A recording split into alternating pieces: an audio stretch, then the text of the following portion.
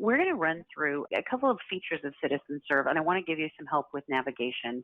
When we're on the staff side, we're going to be looking at a page that looks like this, with the Citizenserve logo up on the left, and we'll see, we'll use this login button here.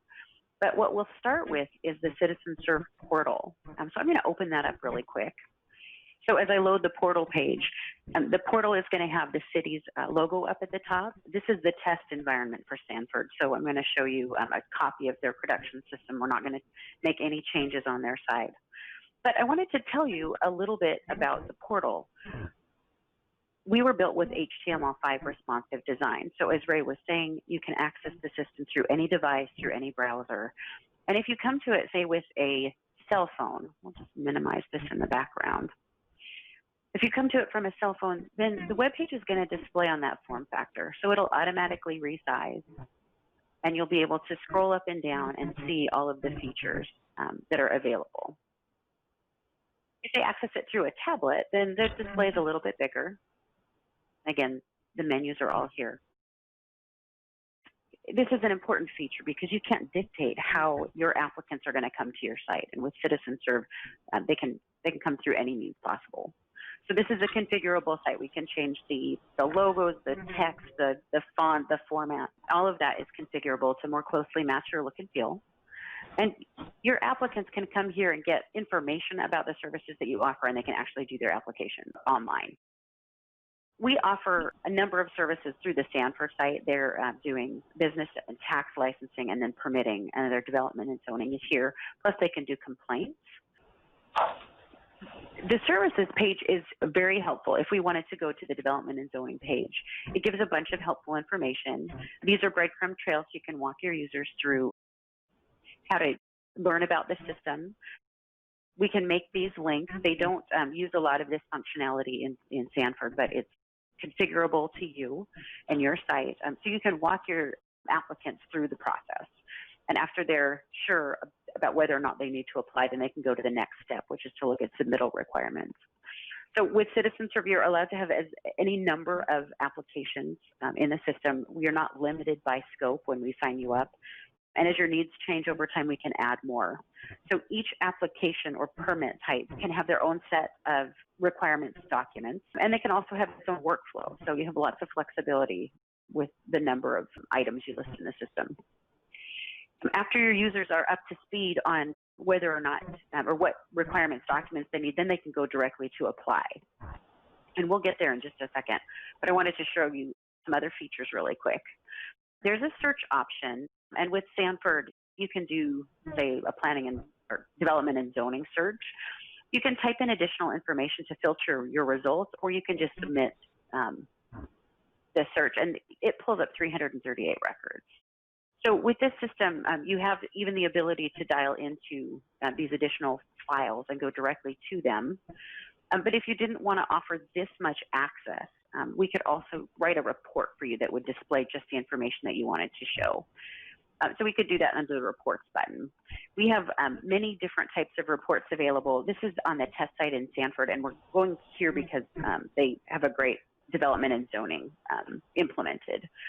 So we can talk more about reports as we go through the system.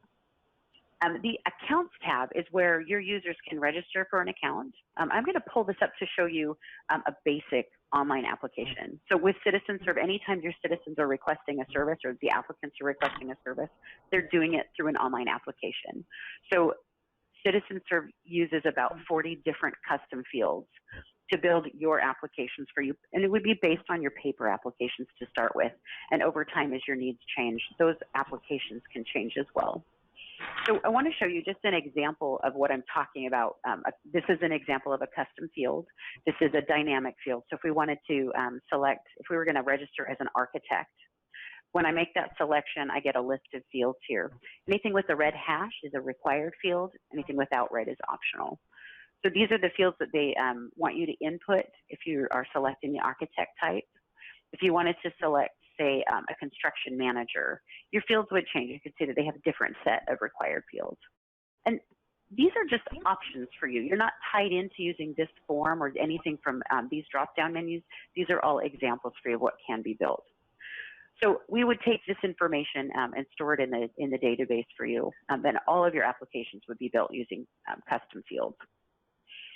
The last tab would be the Contacts tab, and again, this is configurable. These images can be changed, and of course, we'd point to the departments that are important for Stark County for your applicants to get the information that they need.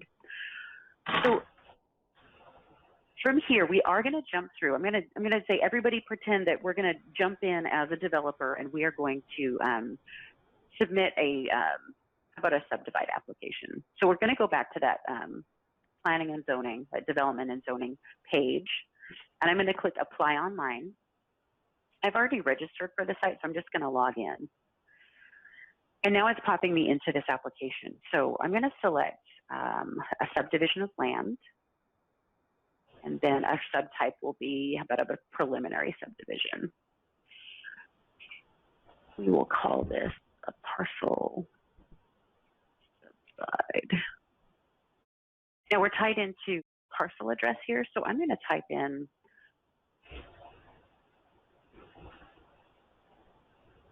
this address, and I'm going to click Find Address. It's going to search our database, and it pulls in information from the address database in the system. So I think that this is what number 1, data connected geographic location. We would load your parcel information. You can allow your users to enter an address that isn't in your database if you wanted to, or you can require them to only select a known address. But it pulls in the owner information and the parcel data, and we can pull in any fields that you have that you want to display here.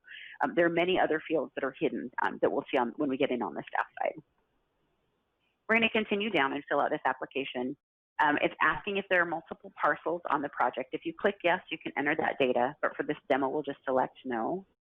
I'll go ahead and type in a parcel, the acreage. And then we'll just go in and fill out some of these questions. These are all just examples for you, right? This is how Stanford has built their site. We're going to say that this project does not require a rezone, and this will be single use. Will be residential.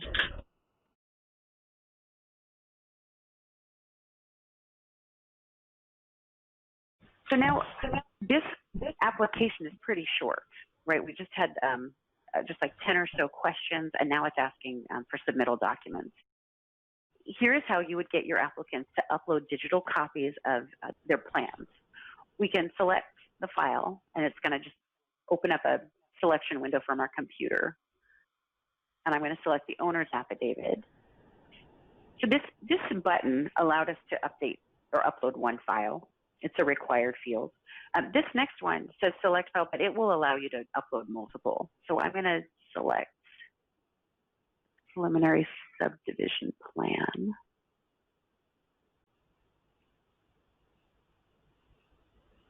And this is, I think this is a 17-page document, so it's a little bit big. It uploaded pretty quickly. But now you see that you still have a select file. That's because with planning and zoning, we know that you have like, what, 15 different documents or 12 different documents that you want your applicants to include. So they would include those all here, and they would just continue to select files. You could do a one-to-one if you wanted to be able to find specific files, but many jurisdictions just allow you to upload multiple. To complete the application, we just check off this box that says I agree to all stated terms and conditions.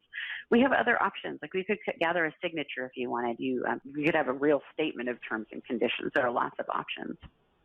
If you didn't have all your data gathered, you could click Save for Later. And this would save the file, and as an applicant, I could come back later and open up this application and complete it and submit it. But because we have everything, we'll just submit. And we're going to get a pop-up button that tells us that our applicant has been received. There we go.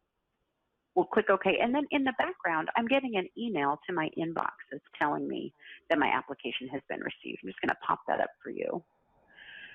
So this is an example of a system-generated email. It gets generated as this application is delivered. Because we have required fields in the system, if I had not filled some of those fields in, it wouldn't allow me to submit until all of the required fields were entered. So that saves you time from having to track down that missing data. And now it's delivering us to this payment processor. I'm just going to enter in some fake data here.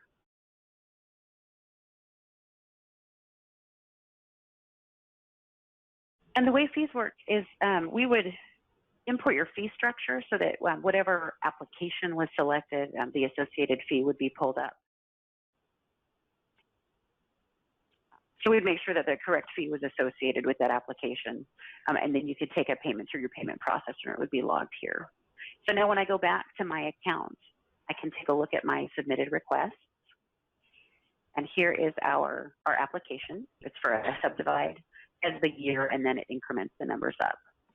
So we're going to be looking for this permit number as we log in on the staff side. But I wanted to show you what your applicants will see from the portal. Here's the permit application that we submitted. So here we see it in a view-only state. These are the answers that we entered. The Reviews tab is going to show the workflow route that's been assigned. So you can see that there are start dates that are assigned to these, 8 or 9 different reviews. So the different departments that are doing the reviews, and then the different tasks that they're going to complete. Because there are start dates assigned, that means that there is a task for each of these items sitting in Citizenserve on their queue, and we'll get there in just a second so you can see what these look like. That also means that all of these reviews can happen concurrently. The pre-treatment department and public works and planning can all have their tasks up at the same time, reviewing the documents in here and doing their review at the same time. So that should speed up the process. Hey, Misha, can I ask you a couple questions? You may. So the first one, for that slide you were just showing where it automatically generates the different agencies that the plan goes to. Yeah, is there a way that RPC could approve it before it automatically goes to those agencies? Absolutely. So this is defined for Sanford. If you wanted to have an intake process where RPC looks at it and makes sure everything is valid, totally possible. Okay. So we can do any kind of a series of sequential or parallel workflow events. So, okay. You know, in the. And then my second question is there a way that a map, like an actual aerial map, could be shown highlighting the parcel that they're selecting just to verify that they're selecting the right location? I'm looking at this little map pin, and when we pull that up, we can zoom in to the parcel data. We can pull in this sort of feature anywhere in the application. The way the addresses are in Stark County, sometimes they select the one depending on if it's northeast, southeast, you know, which coast direction it has. A lot of them have the same number and street name. So I could see them accidentally selecting the wrong location. So the map's helpful, just so they visually are verifying that location as well. Yeah, and I think that that's definitely a possibility to put that in the application. And you can have them verify, you know, that I've looked at the map. That could be a checkbox that they confirm in their conditions at the bottom, if you wanted to make it that. Were there any other questions before I move on to the documents tab? No, we're good. No. Keep going. Thank you. Okay, great. And feel free to ask anytime. So the Documents tab is going to list any of the documents that have been uploaded in a system, or any, like if there was a signature file, that file would be displayed here as well. And as emails are sent out through the system, like from the review process, those will be listed here as well. And then finally, the Inspections tab is sort of a holdover from the permit file. But if you had inspections, they would be displayed here. So this is an overview then of what your applicant can see and access on their application. And over time, as the reviews come in, they'll be able to see updates on this review tab, and we'll be toggling between this portal view and our staff side view. But if there aren't any other questions, then what I would like to do is open up the staff side, and I'll show you what it looks like for staff members to log in and use Citizenserve and to receive these applications. So every staff member that has a login to Citizenserve is going to get their own home page, and that's what we're looking at here. Whenever you see a minus sign, you can click on it, and you can use it to condense those tasks. This is a test account, so he's got a billion, you know, he's got 35 tasks that he's managing. He's not really in the database doing this, so those would be more manageable, hopefully, for your staff. But the task list is great because it shows the items that he should be actively working on. So here we have the name of the activity that needs to be completed. And it looks like they do a review when an online document is uploaded. This is a link to the actual file, then the address of the file, the description, this is a signage request. Here's a status column, and then the due date. And then we have all these different metrics. So if you wanted to just look at the two that are due, when we click on those, we found our application here, that sub 19-22. So this is the one that we'll work on. We'll get there in just a minute. I want to talk to you first about the rest of this homepage. The next segment is the metrics. Metrics are another way that Citizenserve will offer reporting to your staff. So this is great for a staff member to get an idea of where they're at in the process, or for management to see the process. A metric is great because it gives you a total count of files, but then you can see this color-coded bar at the top. Those colors correspond to these different categories. So there are 3 in pretreatment, 103 pending in the building department, 15 in utility, 10 in fire, 7 in public works, and 101 in planning. These are all hyperlinks to reports. So if I wanted to open up the 101 in the planning department, I can see this listing, and we get a link to the actual report on the left, or the file itself, and I can open it from that metric. So here I can take a look. Why don't I show you what a permit file looks like? This is a permit project. It tells us this at the top. We've got this little building icon, permit project. Normally they take a Google thumbnail and they attach it to the file. We'll see that when we get into the file that we're working on. But then we have data about the file and then a bunch of different tabs. So the permits tab shows our application. This is what was completed by the applicant. This isn't ours. This is just one that we selected off the metrics, remember. So it lists some data, and it has some fields that are staff-only fields. Like we didn't see fees on the portal side, but we show them here. There is a reviews tab that's associated with this permit, and this only has this development administrative review. So it's a pretty short one. Just another note about reviews, you can have multiple review routes. If one department requires resubmittal, then that can kick the process back. Or if a plan moves through different phases, each phase would get its own review process. So there's a lot of configurability there with Citizenserve. Again, there's nothing on the inspections tab. The activities tab would show any online document uploads. There aren't any on this one. The documents tab would show any uploaded documents or any documents associated with this file. And you can see that there's quite a few here. The contacts tab shows any contacts that are associated with this file. And from here, you can click on this other files link, and it shows any other files that this contact is related to. So throughout the system, whenever you see a blue button like this, it means you can take an activity. Like you can also email the contact here. And then finally, we get a history tab on this file. So we can see the events that have occurred. So we see there was a review activity, there was a contact added, and then a bunch of documents were added. So all of these were logged. If you wanted to track changes on a field, those changes could be tracked here, like if you were tracking square footage, and if that changed, you might want to know over time. We can configure that. And then in the blue bar on the left, we also have different tools here to add activities or addresses or alerts or contacts. All of these are available. So remember, we opened up this file from within our metric, and it opened it on this new tab on our screen. So I can just close this down, and it takes me back. So we were in the process of talking about metrics when I showed you that overview of the permits. So let's rewind a little bit and talk about metrics and how configurable they are. I'm just going to select that gear icon to show you a list of these available metrics. These are all those that have been defined in the system already. So if you wanted to do, say, an overdue permit review, we can add that by just adding a time period. So let's look at everything for this year, and we'll look at everything in all departments. When I click add, it adds this third metric, and now we can see it here with the red because it's an overdue permit. So it's easy to configure the metrics on your screen, but if you have a metric in mind that isn't in that available list, it's really easy to request one. All you need to do is go up to the Support Center link and then submit a new request. So when you click on this, it opens up this window. You just type in the description of the metric that you need, put in your information, and then submit it. The support desk has about an 85% same-day turnaround for a request like this, so you would get that metric very quickly so that you could gather that data and review it. So let's continue on to the other parts of this homepage that help staff get their work done in Citizenserve. My recent files just list the 10 most recently accessed files. So as you complete your tasks up at the top, those tasks will fall off your to-do list, and you can access them here if you need to go back.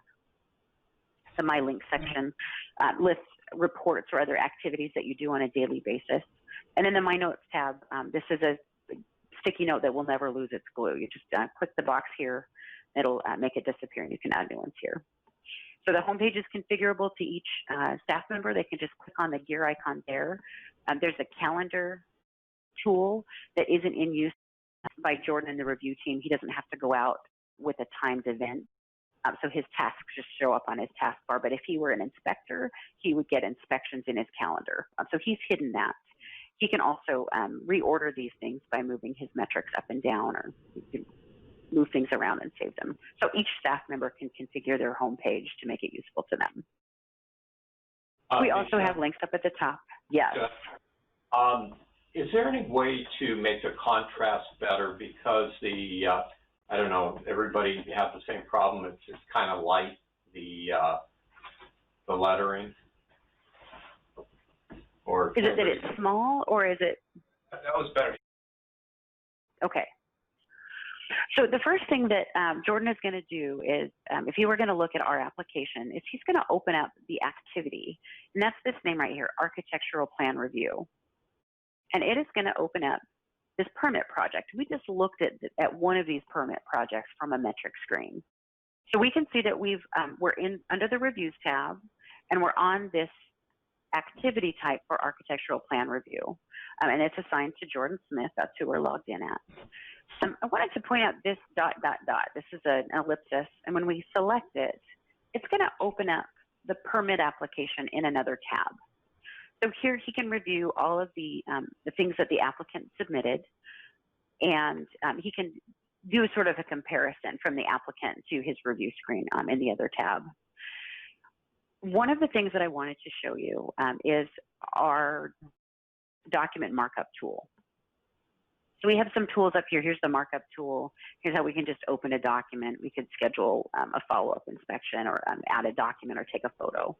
But we're going to click on this markup tool, and it's going to open up all of the documents. Now, I've got my screen zoomed in so much, it might be unclear, but we have two files here. This bottom one is the affidavit of ownership. I'm going to select this preliminary subdivision plan. And I'm going to show you. So this is, again, this is like a 17-page document, so it's going to take a second to load.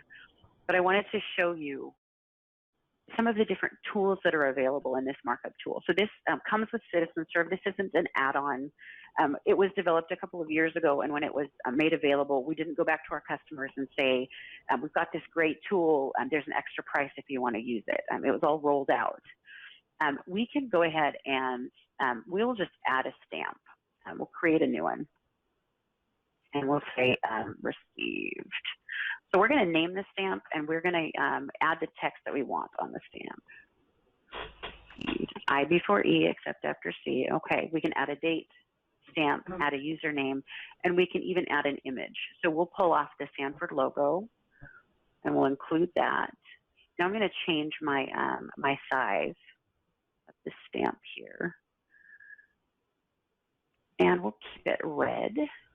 So now you can see I've added this stamp over to the left, and I'm going to pull it into the document. So let's make it, sorry, I double-clicked. Make it a little bit bigger.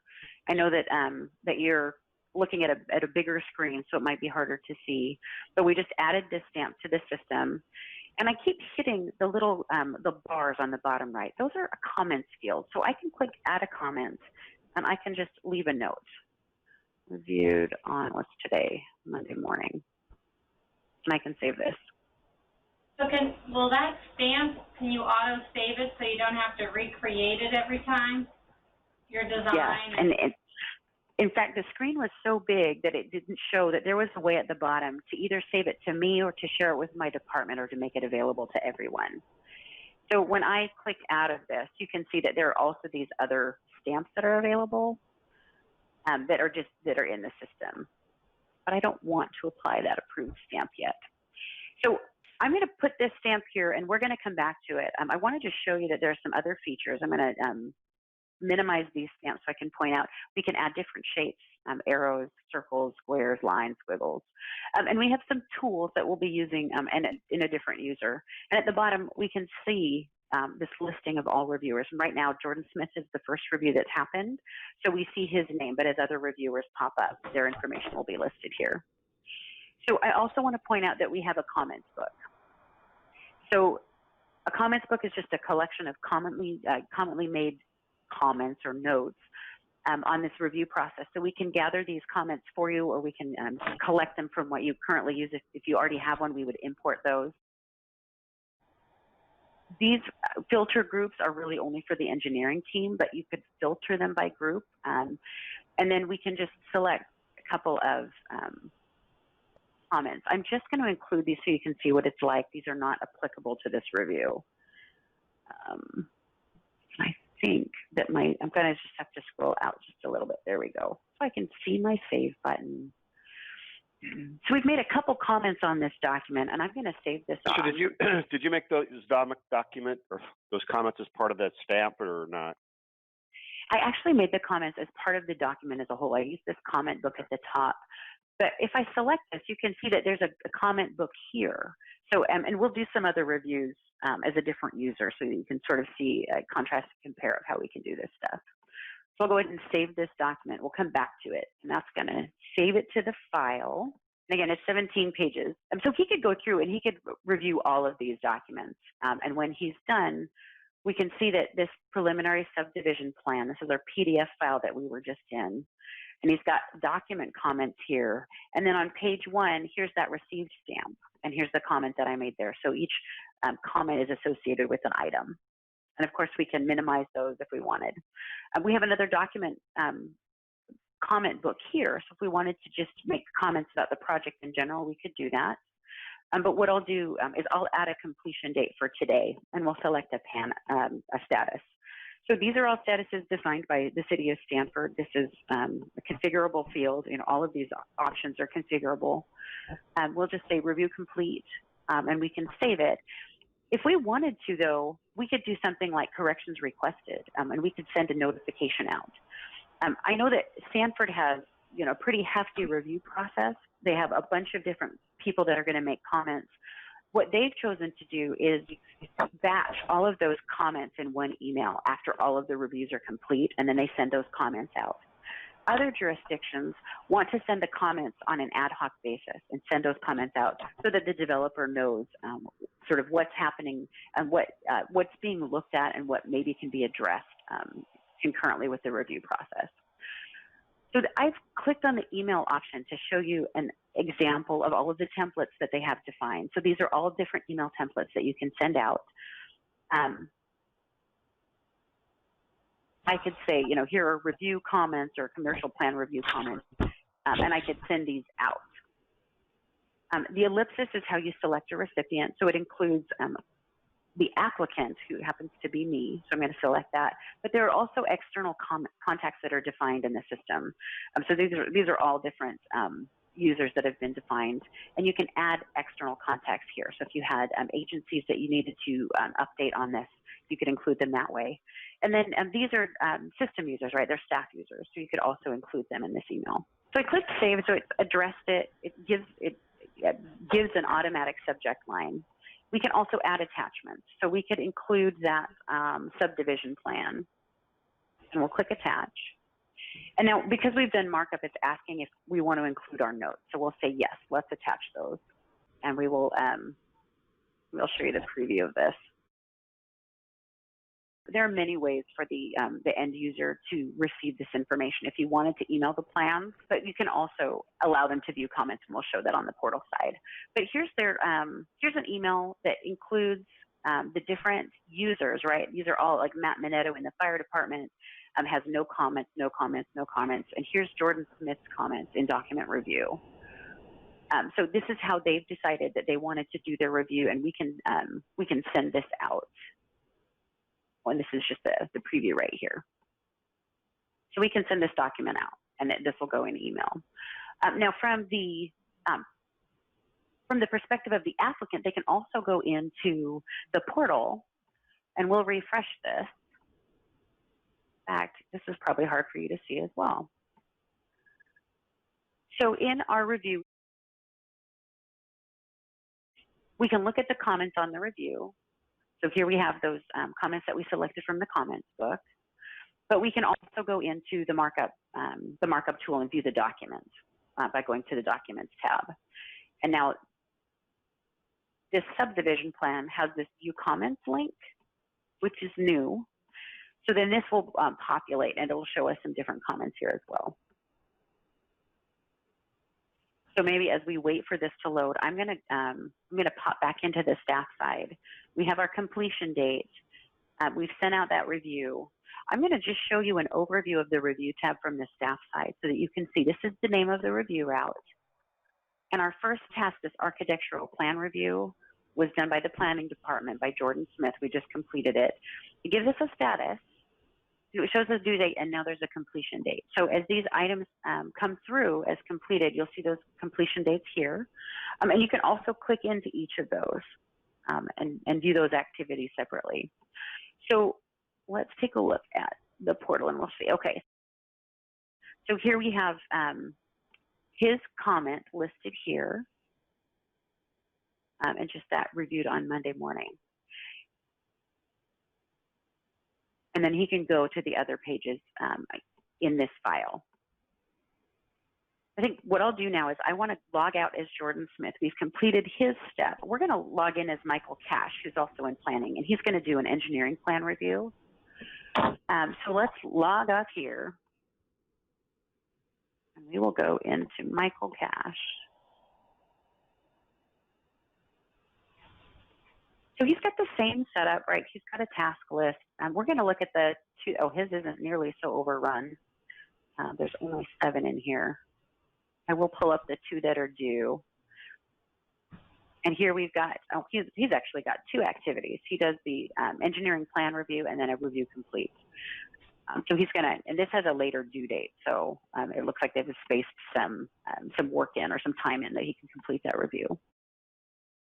So I've selected that activity for engineering plan review, and it pulls up a similar looking screen, right? So he can open up the permit in a new window. Here it is. He can go through the same document markup tool. And now we can see that Jordan Smith's name is listed here as well as Michael Cash's. So this is going to load. And when I select the check mark, for Jordan Cash, we see his comments up here. So when I select this, we notice that it's sort of grayed out. I'm not able to change any of his comments because those are not mine. Only Michael Cash can only edit his comments. So we're going to go to page 6. I'm going to show you some other cool tools related to this tool. We're just going to let page 6 load because I know that this is where the goods are. So the first thing I'm going to do is I'm going to calibrate this. You can do this with photographs as well. If you take a measurement in the field, you can use the calibration tool to draw a line. So I'm going to do it to scale. This is 400 feet here. So I've drawn this length, and I'm going to enter the feet that it corresponds to, and now I've calibrated the file. So let's, how about we scroll in. So if I wanted to see how much green space was in here, I'm going to click this area tool, and I'm going to just select around the edges of the green space. And we'll even go around this proposed building. I'm going to make this a little bit bolder so you can see it. It's calculated our feet. 114,219 feet. So we can draw an area and we can calculate that area. We can also use the comments book and we can put some comments in here. So this is going to be maybe, we'll see what they've got in roads, row, and paving. And we can just select a couple of comments here. And now those are associated with that comment. We can also add circles. So I'm going to zoom out just a little bit, and we'll draw a shape.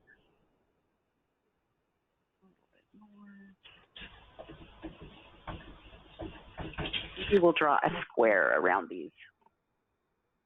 So we can draw a rectangle around those parallel parking spots. We can also go into the address book here, or the comment book, sorry. Must be on autopilot. And then we'll select row and paving. We'll select additional right-of-way may be required. I'm just going to select some comments so that they're associated there. And we can also use an arrow shape. So we can, if we wanted to draw attention to something. I've drawn an arrow, and now I'm going to make it thicker. So I'm just going to drag this bar over, make it a little bit thicker. We can rename the arrow. We can say, we can call it green space to give our developers an indication of what we're pointing at. So instead of going to the comments book at the top of the shape, we're going to go to the add comments at the bottom of the shape.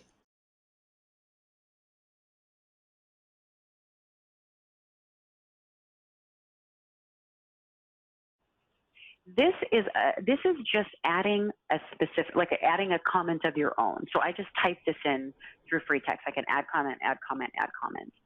I'll show you what the address book is at the top. This comments book, or the comments that I was just entering was at these lines at the bottom. So you have access to the comment book through all of these different shapes. I mean, it just depends if you want to go here and select one to filter or check one off. These are also editable, so I could I can mistype too. Making changes. So we can check that off. And you can also add a comment here. So if you're in the comments book but you want to add something else, you can just say, add another thing here. So there's lots of flexibility with how you add these comments. So now we have a bunch of different comments entered. We have different shapes applied. We have different reviewers. So I'm going to save this off. There are just a couple of other things. I know we're getting close on time, and I just wanted to point out a couple of other features that Citizenserve offers you. And I'll close this. So again, I just saved those comments. They're appearing here on this activity screen. So we can see here's the green space and the comments that I selected. Here's the rectangle shape with the comments that I selected. And then here's the area that I drew, and then the comments selected. If we wanted to hide all of these, you could look at each one individually by collapsing them. You could add additional comments here just about the project. We could couple off, and then those will apply here to the project itself. So we'll go ahead and complete this activity, and we'll say approved. You could send another notification. Sanford, of course, batches, so we've already seen that. So this takes us to the review tab. You can be down into the review and you can see the individual comments. That's what it just returned, and I clicked out of it really quick. From this view, when you're clicked on the route name, you get to see the comments. So these are Michael Cash's comments. And these were made from the book level at the project level. You're not seeing all of those document markup comments. And then Jordan didn't have any project level comments. So if we click on the reviews tab, it'll show you a higher overview, and you can see that we've completed those two, and we have all of these remaining reviews. If we go back out to this, the portal side, the applicant can then refresh, right, or they can go back out, and this will load in a second. One other thing that I wanted to show you that Citizenserve can offer is management of your design review meetings. But here we go. Now we have comments on page 1 or page 6. So if I select page 6, it's going to pop us over there. It shows us our different comments, and we can use this drop down to filter. So if I just wanted to look at the 1.1 comment, it highlights it in blue, and then here are the comments that I received. So it gives the applicant a lot of flexibility to just see what the specific items that they need to see. So that's an overview of our markup tool and how it's visible in the portal and on the staff side. So going back to this workflow route, you can assume, right, that all of these different departments are going to do their reviews. And I know that you have, is it 12 or 15 different agencies that you send your reviews to. So they could be doing their reviews within the system. So is that 15? Yeah, 17. So there's a lot. And you could get an overview of how those are going by looking at this reviews tab. One of the other things that we help with is the DRT meeting agenda. They call theirs DRT, Design Review Team. This is an activity. It looks exactly like the other activities do, but they can assign a date to this, and then Sabrina is the user that runs a report, and it generates the review. I would show you that, except this is in their test system and they don't have it set up. But what I can do is I'm going to open up a link to Barefoot Bay. They have a review committee that uses Citizenserve to generate all of their, I think that my link is bad, but I found it by searching Barefoot Bay Architectural Review Committee. So they've got these agenda packets that they generate, every month, and they post them online. And these are all generated from within Citizenserve. So I'll scroll in. This is the format that they wanted with their logos and headers, but all of these are their Citizenserve files with a description and the contractor. So they can go through their design review process. We've pulled out all of the data from Citizenserve, and they can walk through the system there. So we can help you gather this information and process your meetings. Some jurisdictions like to go into I'm going to go back to the review screen here. They put the comments in here about the outcome of that meeting so they can track it. I've given you a pretty quick overview of what we can do for you in planning and zoning. We've showed you the setup in Sanford, how they're using it in real life. Maybe we can take a look at the checklist and see if there are any items that you have questions about. How bad do your eyes hurt right now? How about that? Yeah, so for number 5, is there a way that a map could be generated showing all of the sites on the agenda for that month, that when you click on it, would give you some relevant information about those sites or sites? Yeah, that would just be a map report. Absolutely. Yep, it would just be a map report that we would do for you. Yeah, we have a files open by file type. We could try that one. We'd just create a specific report with those parameters for you, and you could run it like this.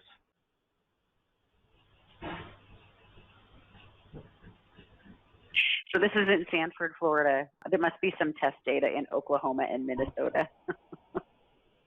Let me ask a question. You're going from the Google map. Can they tie into their county map, their parcel county map? We're gonna bring in your parcel data for the county, and we're gonna geocode that. So it's gonna bring your parcel information in, and then any layers that you have on the county, also we can bring those into Citizenserve, so you can see those same in Citizenserve. Okay, good. So I mean, we're using your data, and then we're just displaying it on top of Google Maps, and then that's an example of when you click a pin. So you can drill directly into the file here. Okay. Not all projects go to the same agencies. So is that some sort of metric we could set where if it meets it, then it would go to a certain agency, and if not, it goes to a different agency? Yeah, absolutely. Each project type can have its own workflow. But even still, for instance, there's a couple of different water companies that service our county. So some properties fall within a certain water boundary, some fall within a different one. By them selecting that address, can that predetermine which water service? We'd have to have. So we would have to have that data. Like if you have that, it could associate that information with a parcel. Like this parcel uses this water service, we could do that. But somewhere we have to have that ability to map those things. We can create an unlimited number of custom fields associated with the parcel information. So like if you had water district as one of the fields that you gave us, then we could do that. And another option is that if you were going to review the application before it was sent out, you can review the workflow and you can modify who it goes to. So this is their workflow. You can uncheck. If you had your multiple water districts here, what you would uncheck those that didn't apply if you didn't have the parcel data set up as Ray suggested. Okay. Would you need to geocode our data or just use a service we already created in the county? We could do either one. I mean, if you already have on the parcel records, if you can just give us that latitude and longitude, we can just use your geocode. Okay. One question. Could you go to the previous slide that showed all the reviewers? The reviews tab? Yeah. Yeah, these aren't slides. So we're within Citizenserve. This is a test permit project that we created. And I think we touched on this Friday a little bit, like with Sanford. And when I look at those, I think, and I could be wrong, that those activity types of reviewing agencies are all city-related agencies.